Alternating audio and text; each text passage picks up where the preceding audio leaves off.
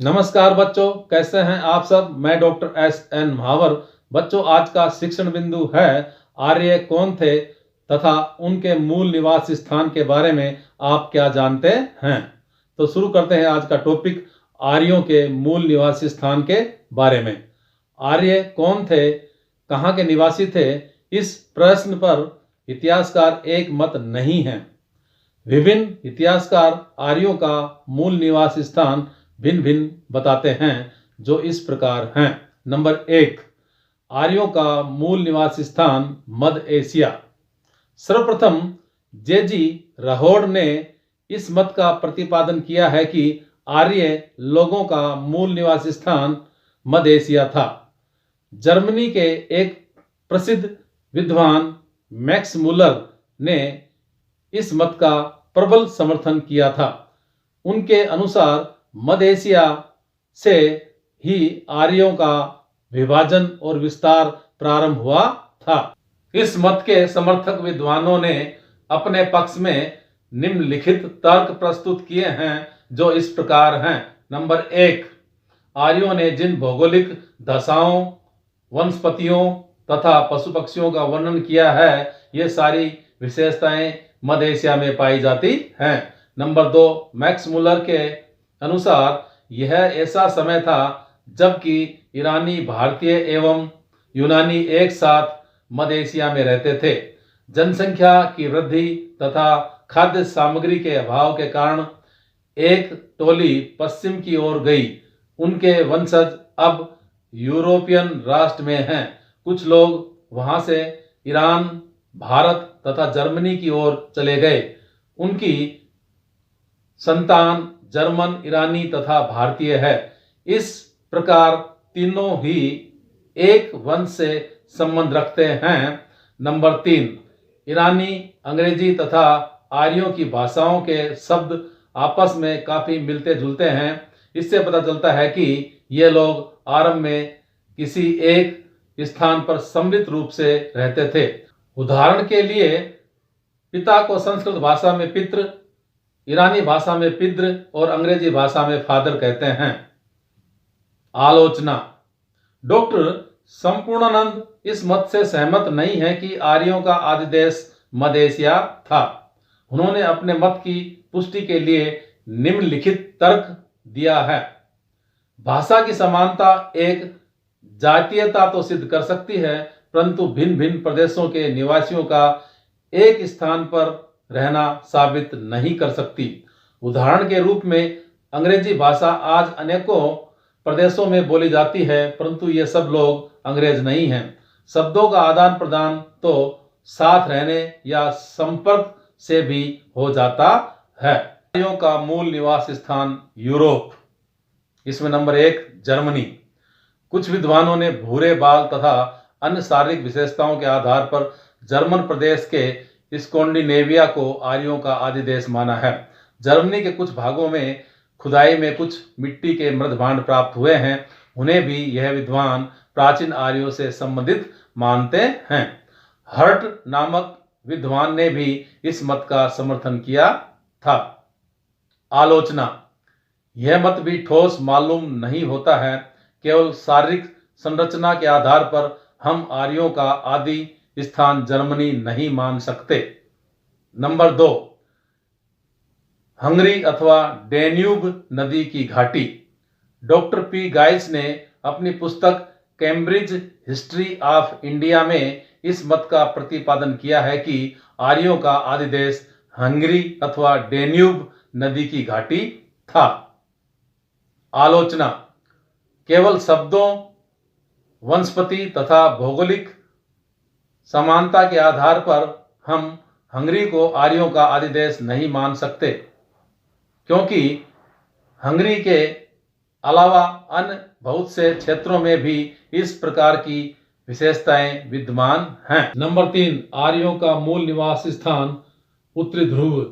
भारतीय विद्वान बाल गंगाधर तिलक ने अपनी पुस्तक Arctic home in the Vedas में इस बात का प्रतिपादन किया है कि आर्यों का आदिदेश उत्तरी ध्रुव था। उनका मानना है कि बर्फ और सर्दी के कारण आर्यों का उत्तरी ध्रुव नामक प्रदेश में रहना कठिन हो गया, तो कुछ आर्य वहां से निकलकर ईरान, यूरोप व भारत में आ बसे। उन्होंने अपने मत की पुष्टि में निम्नलिखित तर्क प्रस्तुत किए हैं। नंबर 1, ऋग्वेद से पता चलता है कि आर्य लोग ऐसे प्रदेश में रहते थे जहां 6 मास रात और 6 मास का दिन होता था। इस प्रकार की दीर्घ रात्रि व दिन भी उत्तरी ध्रुव में होता है। नंबर 2, ऋग्वेद में दीर्घकालीन उत्साह की स्तुति की गई है, वह भी केवल उत्तरी ध्रुव प्रदेश में ही संभव है। नंबर 3, वैज्ञानिकों ने यह सिद्ध कर दिया कि हजारों वर्ष पूर्व उत्तरी ध्रुव प्रदेश की जलवायु उत्तम थी और वह हरा भरा एवं धन धान से संपन्न प्रदेश था, अतः मनुष्यों के रहने के लिए योग्य था। आलोचना।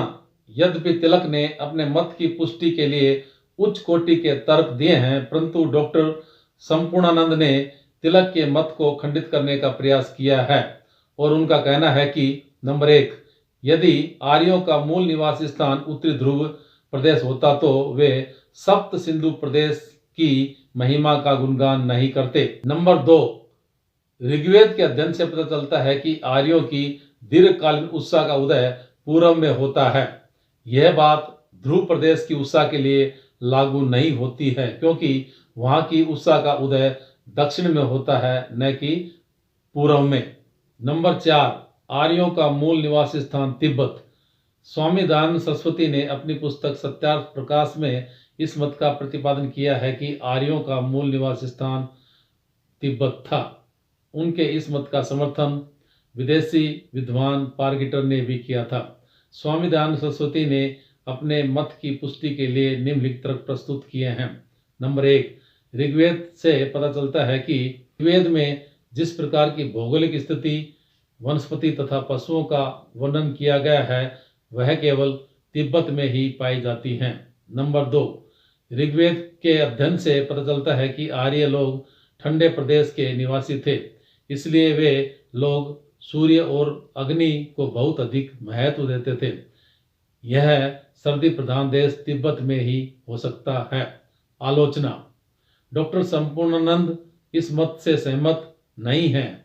उनका कहना है कि नंबर 1, सब सिंधु प्रदेश में पहले से भी अधिक सर्दी पड़ती है। नंबर 2, सूर्य तथा अग्नि की पूजा से यह सिद्ध नहीं होता कि आर्य लोग सर्दी प्रधान देश के थे।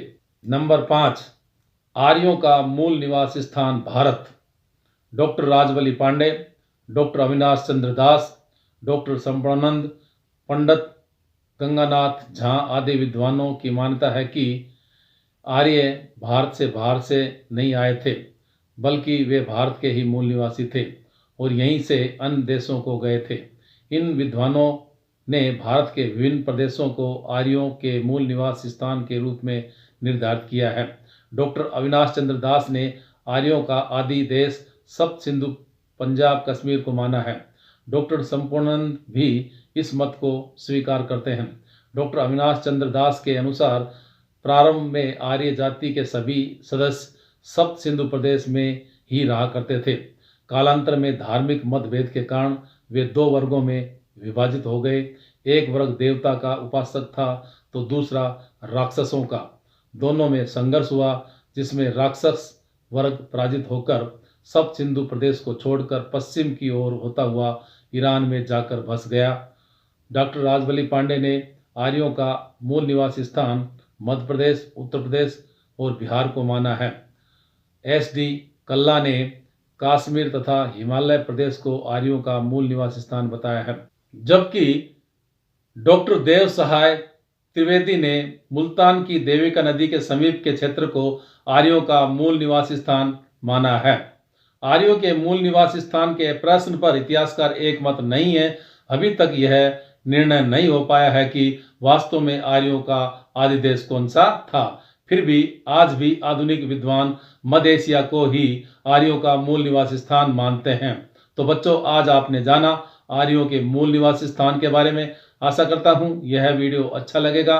धन्यवाद।